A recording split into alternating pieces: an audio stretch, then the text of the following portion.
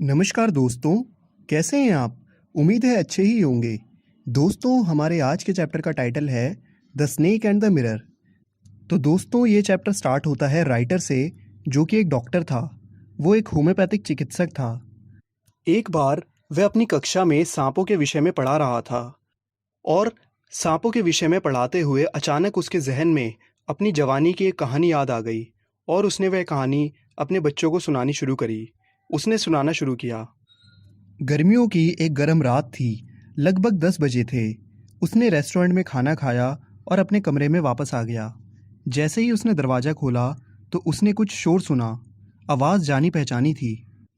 उसके कमरे में ये आवाज़ अक्सर आती रहती थी, क्योंकि उसके कमरे में उसके साथ साथ बहुत सारे चूहे भी रहते थे।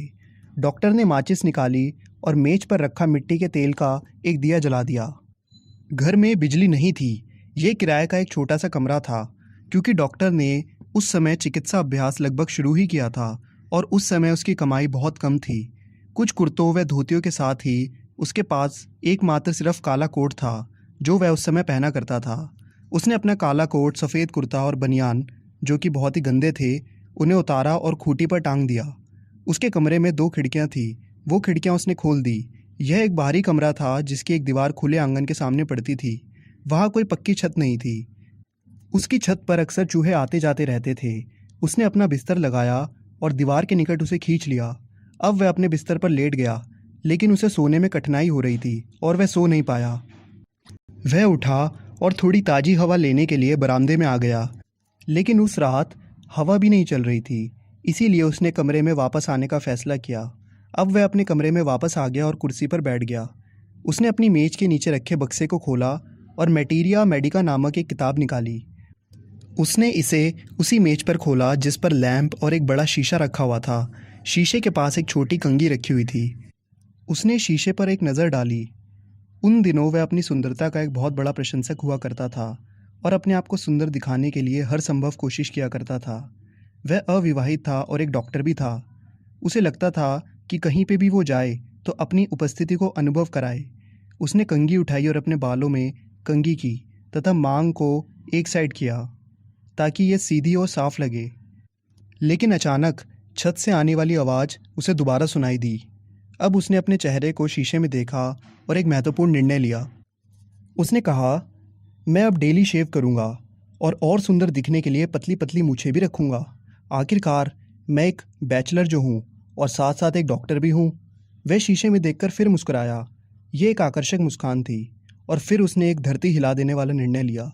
उसने कहा, मैं अपने चेहरे पे ये मुस्कान हमेशा रखूँगा, ताकि मैं और अधिक सुंदर दिखाई दूँ। आखिरकार मैं एक बैचलर जो हूँ और उससे भी बढ़कर एक डॉक्टर जो हूँ। और फिर वही आवाज़ एक बार दोबारा उसे सुनाई दी। वह उठा और कमरे में इधर उधर घूमने लगा। तब एक और विचार उसके दिमाग में आया। मैं शादी करूँगा। मैं एक ऐसी महिला डॉक्टर से शादी करूँगा जिसके पास बहुत सारे पैसे होंगे और जिसे मेडिकल प्रैक्टिस अच्छे तरीके से आती होगी। लेकिन जिस औरत से भी मैं शादी करूँगा वह मोटी होनी चाहिए, क्योंकि अगर मैं कोई गलती करूँ और मुझे भागना पड़े तो वो मुझे पकड़ ना पाए। ऐसे विचार उसके दिमाग में आए और वह फिर अपनी मेज के सामने आकर कुर्सी पे बैठ गया। अब ऊपर से कोई आवाज़ नहीं आई, लेकिन थोड़ी देर बाद एक धम से गिरने की आवाज़ आई। ऐसा लगा जैसे रबड़ की कोई ट्यूब नीचे ज़मीन पे आकर गिर गई हो। उसने सोचा कि मैं पीछे मुड़ जाता हूँ और देख लेता हूँ क्या है। वह जैसे ही मुड़ा, एक मोटा सांप कुर्सी की पीठ पर से उसके कंधों पर आ गिरा। उसके ऊपर सांप का गिरना और उसका मुड़ना एक ही टाइम पे हुआ। वह कूदा नहीं, कांपा नहीं, चिल्लाया नहीं, क्योंकि ऐसा कुछ भी करने का समय था ही नहीं। सांप धीरे धीरे उसके कंधे के ऊपर सरकते हुए उसकी बाईं बाजू पर कोहनी के ऊपर कुंडली बनाकर बैठ गया। सांप ने अपना फन फैलाया हुआ था और सांप का सिर उसके चेहरे से लगभग सिर्फ 3 या 4 इंच ही दूर था। अब उसके शरीर में मानो जान नहीं रही और वह पत्थर की तरह हो गया, लेकिन उसका दिमाग अभी भी चल रहा था। लैंप की उस रोशनी में वो पत्थर की मूर्ति बनकर बैठा हुआ था। तब उसने भगवान को याद किया और कहा, हे भगवान, यदि मैंने कुछ ऐसा कहा हो जो तुम्हें पसंद ना आया हो तो मुझे माफ़ कर दो, लेकिन मुझे इस सांप से बचाओ। हे भगवान, मुझे इस सांप से बचाओ। सांप उसकी बाह को हल्का हल्का कुचल रहा था। बाहों की पूरी शक्ति खत्म होने लगी थी। खैर वो कर भी क्या सकता था। थोड़ी सी हरकत करने पर सांप उसे डस लेता, क्योंकि उसकी मौत सिर्फ 4 इंच दूर घात लगाए बैठी थी।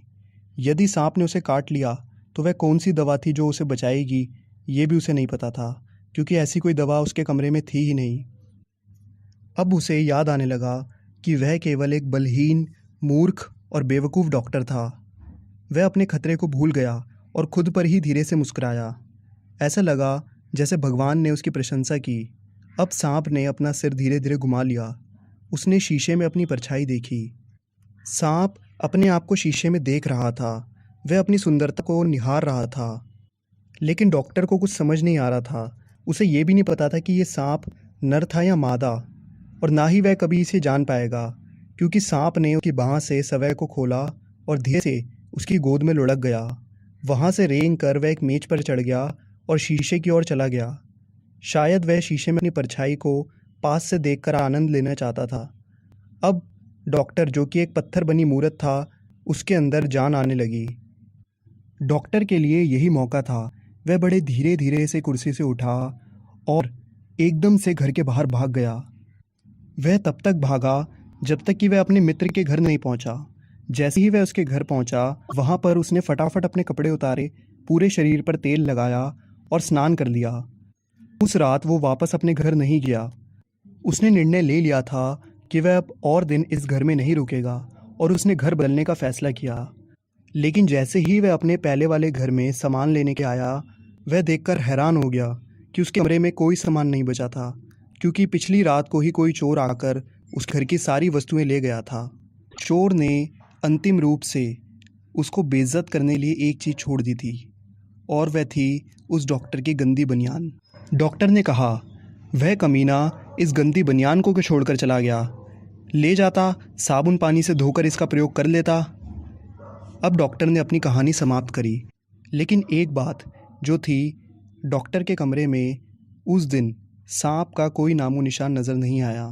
वह सांप अब जा चुका था। तो उम्मीद है दोस्तों आपको ये एक्सप्लेनेशन समझ में आ गया होगा। आपसे मिलेंगे अगली वीडियो में। तब तक के लिए देखते रहिए खेल खेल में ज्ञान। Okay, thank you.